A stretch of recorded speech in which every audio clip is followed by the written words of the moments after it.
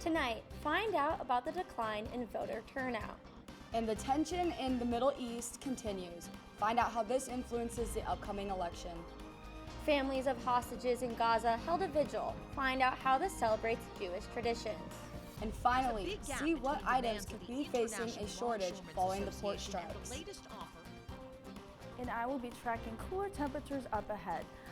NewsLink Indiana starts now.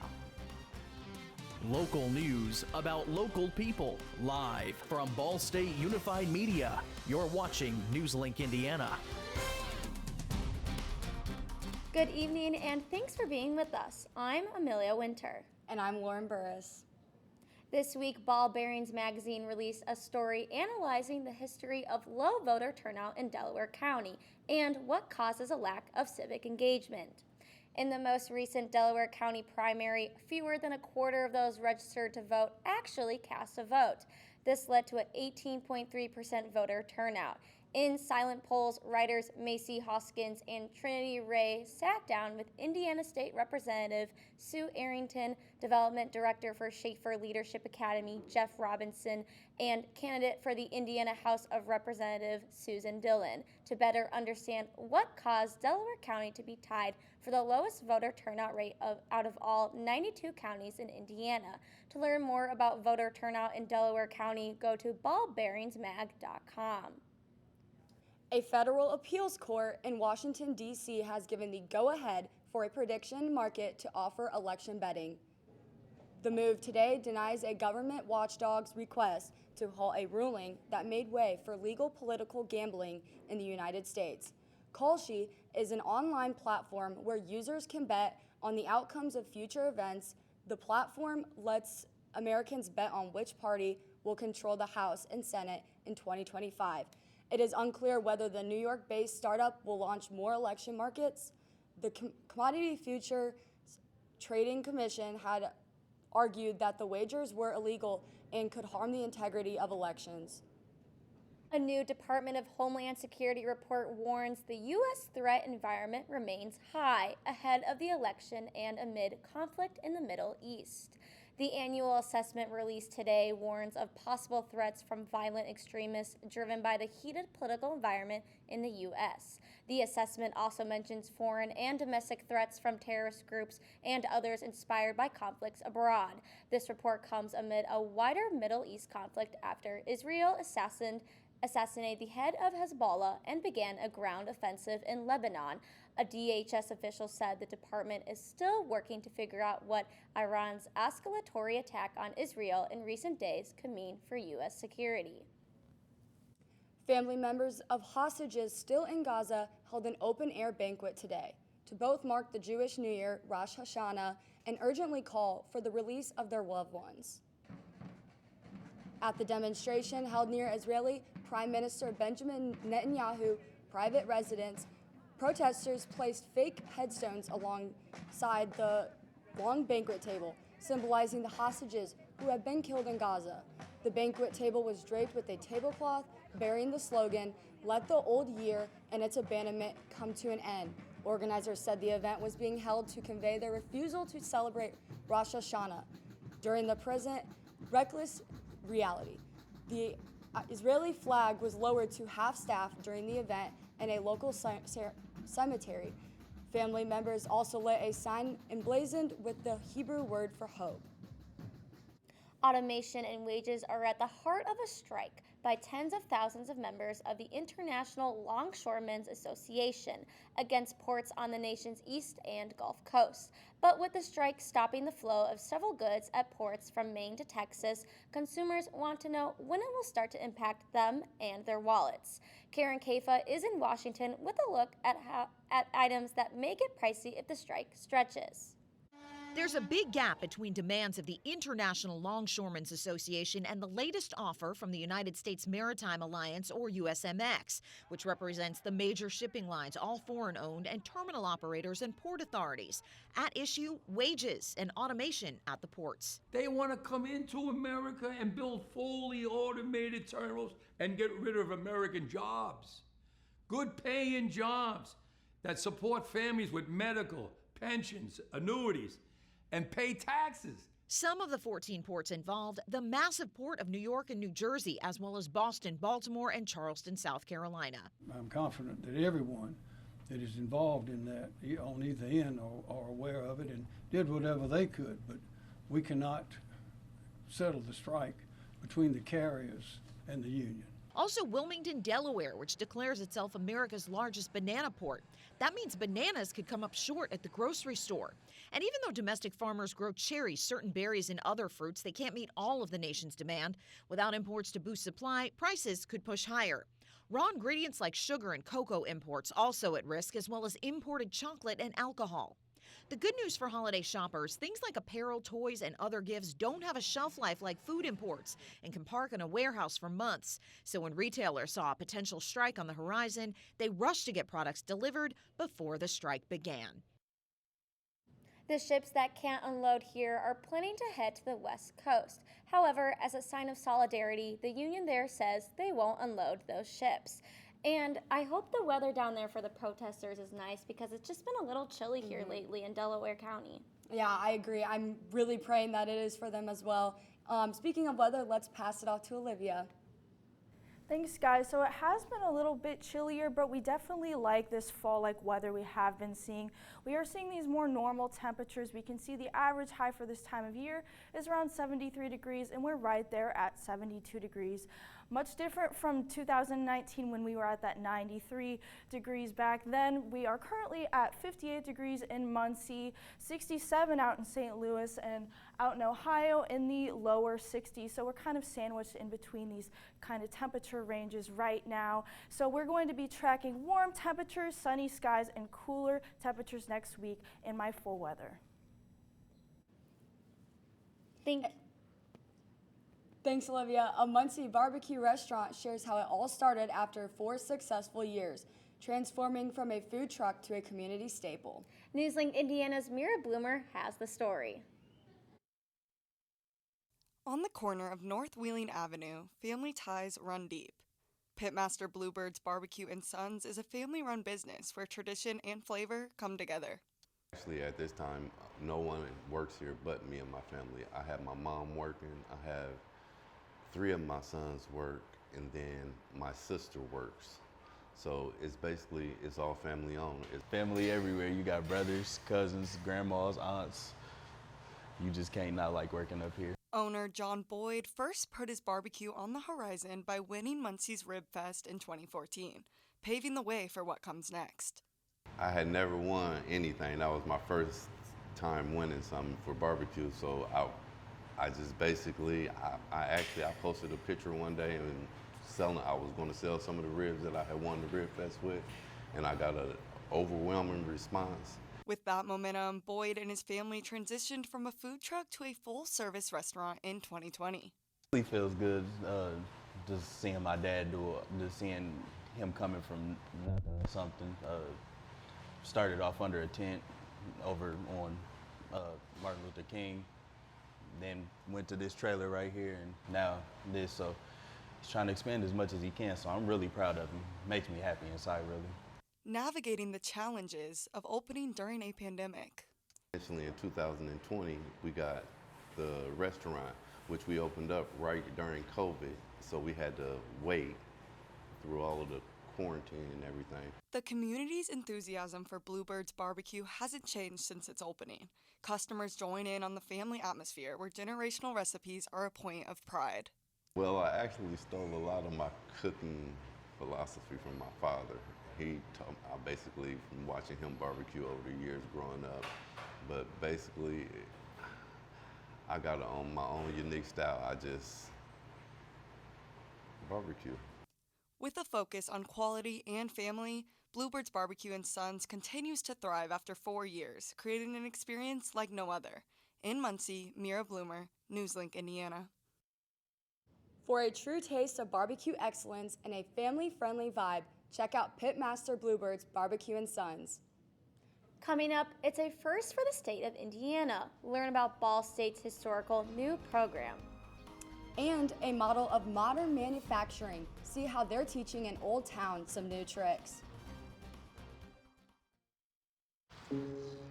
Dear moms and dads, What you have achieved here today is going to help us and our futures.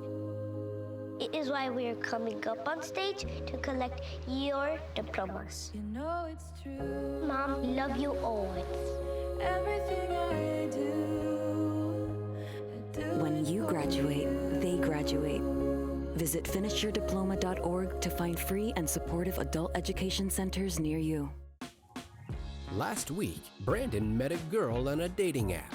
One day after work, he finally found the courage to ask her out. No answer. He started to panic. Was he being too pushy? Maybe it was too Sorry I didn't respond. I was driving. I would love to go on a date. How does tonight sound? Brandon tried to play it cool, but inside he knew a girl so smart, so responsible. She must be a keeper.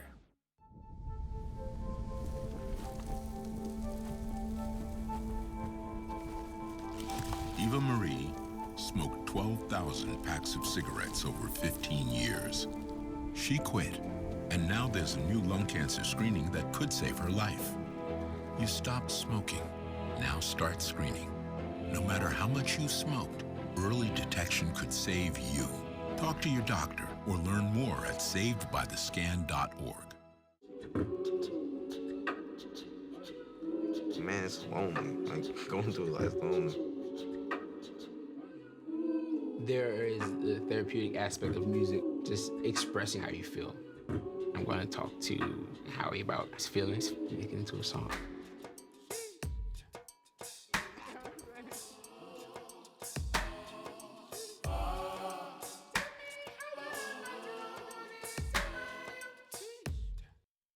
Welcome back. In July, Ball State University launched the first comprehensive forensic science program in Indiana.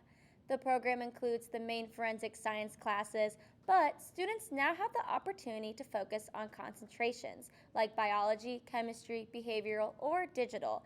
Dr. Coleman, the Associate Dean for the College of Science and Humanities, was able to put together a task force in February of 2022.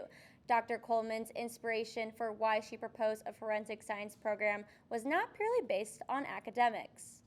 So I spent a lot of time, as we all did in the pandemic, at home binge watching TV. I got my new Hulu subscription, and so I made use of it. So I was watching a lot of The Mentalist, Bones, CSI, you name it. And so I was like, how come we don't have something along these lines? Dr. Coleman also explained that forensic science does not take just one or two people, but rather they're specialized jobs that require different types of training. If you are interested in working in the forensic science world, contact Dr. Gibbs for more information. Portland, Oregon's Old Town neighborhood is aiming to be a model for modern manufacturing with a $125 million project. Known as the manufacturing center of the region nearly a century ago, the neighborhood is currently struggling economically. Now, a software and 3D printing company is at the center of the Made in Old Town development project. 4 blocks will be revitalized and 9 buildings transformed into a sustainable manufacturing campus. It will include retail and housing in hopes of sparking a vibrant neighborhood once again. Phase 1 is expected to be up and running by the end of this year or the start of 2025. The whole campus is expected to be completed by 2028. The Federal Aviation Administration is trying to make it easier to hire air traffic controllers amid a shortage. Graduates of the air traffic control programs at Tulsa Community College and the University of Oklahoma can now bypass the FAA's training academy. The FAA says these programs provide the same thorough curriculum as the academy. Air traffic controllers are so short-staffed, many have been working 6 days, weeks of mandatory overtime. Controller fatigue has been cited as a factor in a series of runway incidents. And I will be tracking fall-like temperatures after the break. As a dad, every day is a challenge. To make sure that the time that I have, I spend with them. It doesn't matter how tired you are, you have to try and to teach them.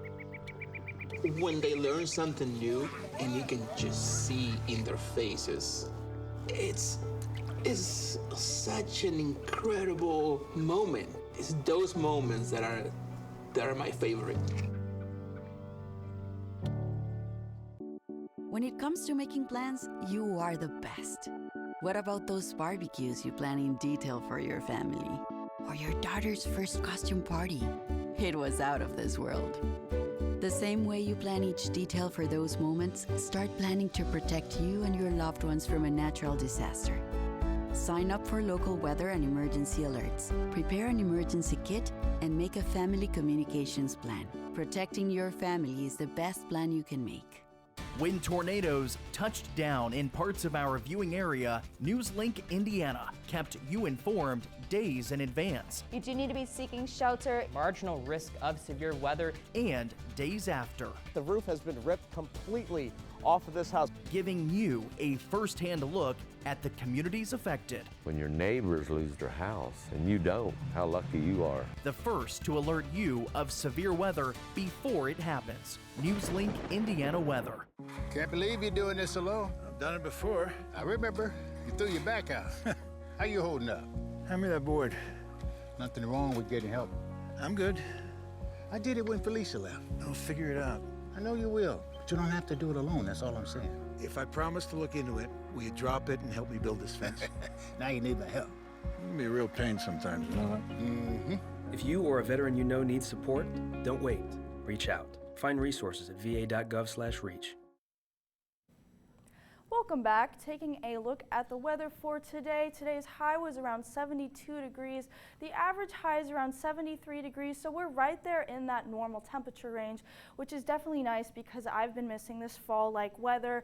A couple weeks ago, we were near this record high range of 93 degrees. That was set back in 2019. Luckily, we're in this cooler range for now. 58 degrees this evening in Muncie, 63 degrees in Indianapolis. Overall, in the upper 60s, here's a upper 50s, excuse me, 67 out in St. Louis, and overall just some nice cool temperatures for now. In Indiana, we can see we are in this kind of near normal range, and there's a lot kind of a gradient here with all of these systems coming through. There's a little bit of some above average ranges out in the west central United States, and then to the east, some below average temperatures. We're right sandwiched in the middle, some nice fall-like temperatures for now. Unfortunately, we are in this below average range for precipitation for the next 2 weeks or so. So we are in these kind of drought-like conditions which have been affecting us for the past month or so, and they will continue, unfortunately. Although we have seen a little bit of precipitation, right now radar is clear, not a cloud in the sky. Beautiful evenings and beautiful days, lots of sunshine coming through.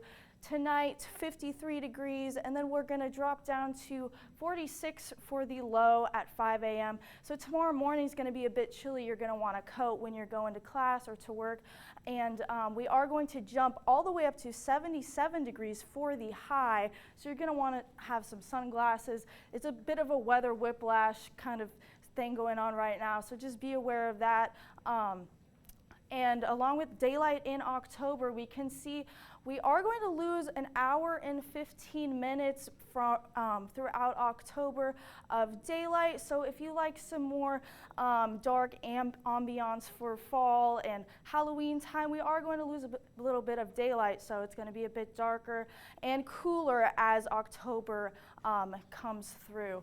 For today, tomorrow, 76 sunny, and that will continue until Sunday, 81 degrees before a cold front comes through, bringing possibly some precipitation, and then we're going to drop down to 69 on Monday for the low or almost the low for the week, and then Tuesday, 68 degrees, and then we're in the 70s going into midweek.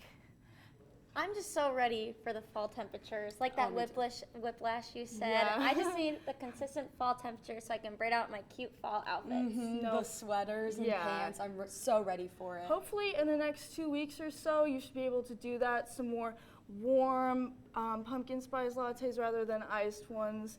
So I'm looking forward to that as well. Yes, well, thank you so much, Olivia. Of course. There's lots more to get to on NewsLink Indiana. Max has a preview of sports. Thanks, Amelia and Lauren. One high school looks to playoffs as one club looks to bring the International to Muncie. All this and more next in sports. It's something about having that piece of paper. Some people think that's worth more than my skills. I've run this place for 20 years, but I still need to prove that I'm more than what you see on paper. You just gotta be so good they can't ignore you. It's the way my mind works. I have a very mechanical brain. Analytics and empathy. That's how I've gained clients. I am more. I'm more than who I am on paper.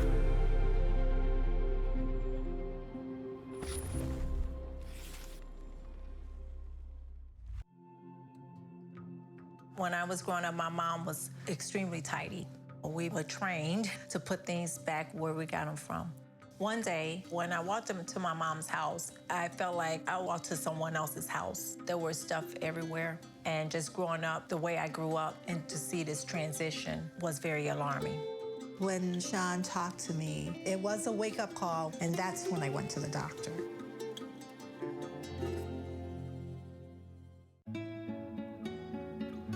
¿Qué color? Perfecto, mijo. Gracias. Thank you. What's wrong, mijo?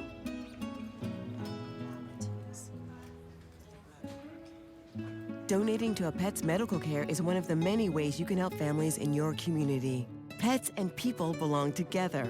Learn more at petsandpeopletogether.org. At night, NewsLink Indiana brings you the news before you go to bed. But Friday mornings, you're waking up with Cardinal Weather, bringing you up to speed on the day's top stories. And giving you up-to-the-minute conditions from the Ball State Weather Center. And of course, lots of fun. I gave mine personality. Look, it's got eyebrows. Ooh. My lucky glove didn't even work. But I also am excited for those fall temperatures. Start your Friday mornings with Cardinal Weather, live on the Cardinal Weather Facebook page.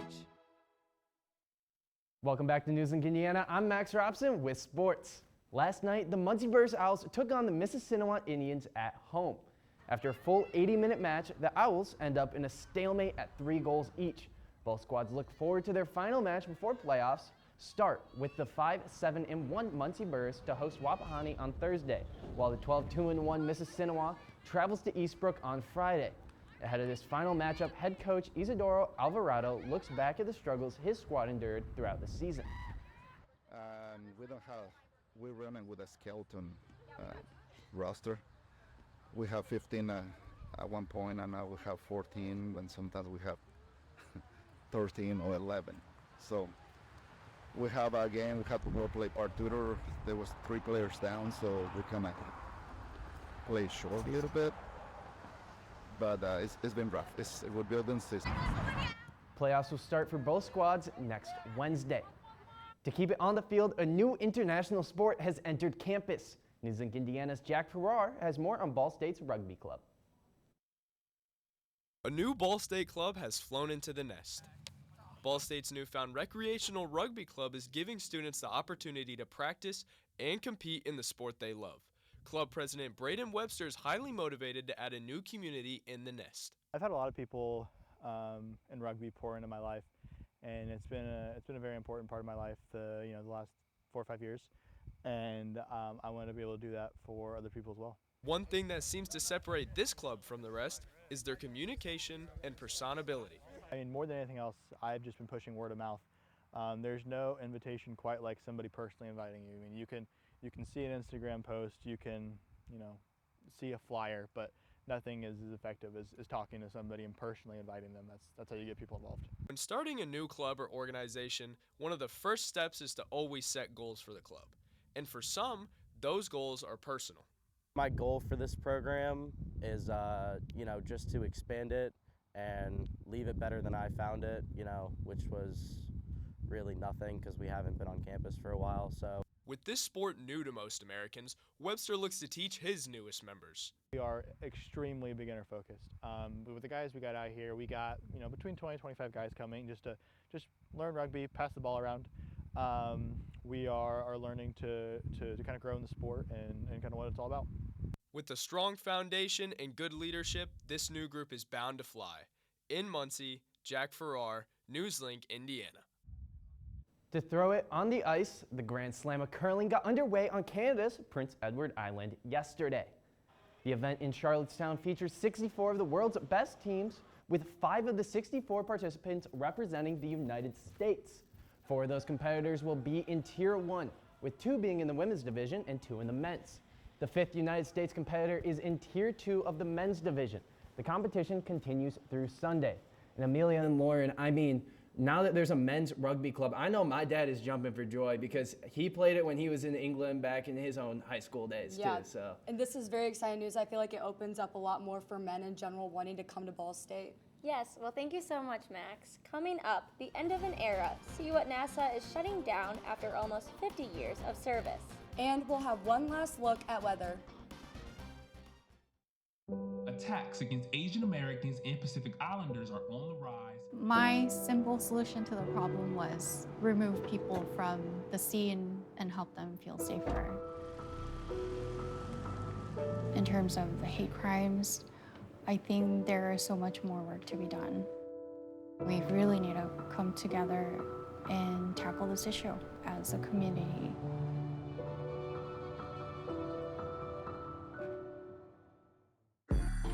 I'm an ex-drug dealer, and I'll be your sub today.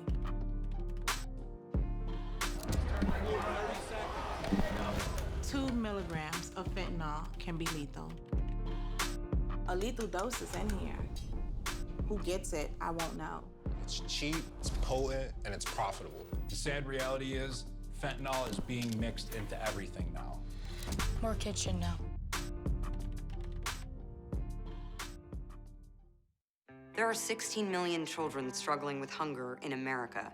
That's 1 in 5 daughters, sons, neighbors, and classmates who don't know where their next meal is coming from. Yet billions of pounds of good food go to waste every year.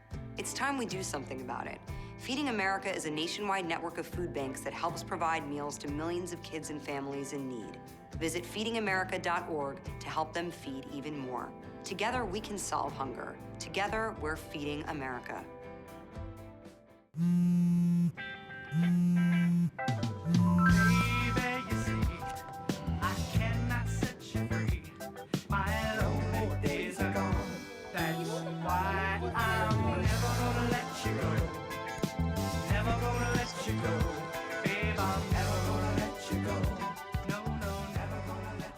Here you go. Thank you. Thank you.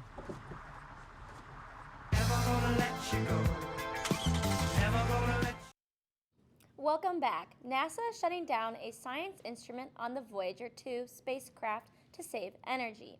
Right now, the 47-year-old vessel is soaring through space, some 13 billion miles from Earth. Scientists say they are shutting down an instrument used to study solar winds. The move is due to the aging probe's emptying power stores. But even with dwindling energy supplies, NASA expects Voyager 2 will keep operating with at least one science instrument into the 2030s. The original mold involved in the discovery of penicillin is going up for auction. This piece of history could fetch up to $50,000, according to the auction house Bonhams.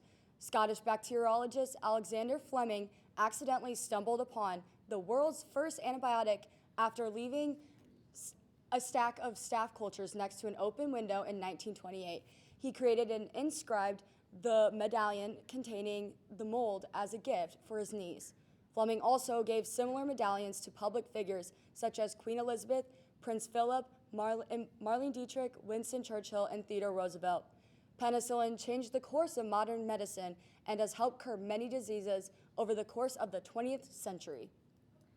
And on a more positive note, with all that great information we just learned, I can't wait to see what the rest of the weather is going to look like for our midweek. Same here. Past off weather.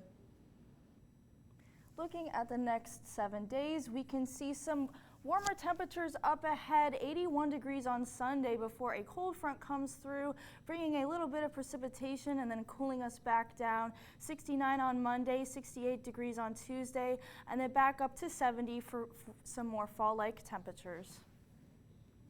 Thank you so much, Olivia. That's all tonight for NewsLink Indiana. Be sure to tune in tomorrow 9 at 9, streaming live on the NewsLink Indiana Facebook page. And for news anytime, anywhere, just go to ballstatedaily.com. Have a great night and stay safe.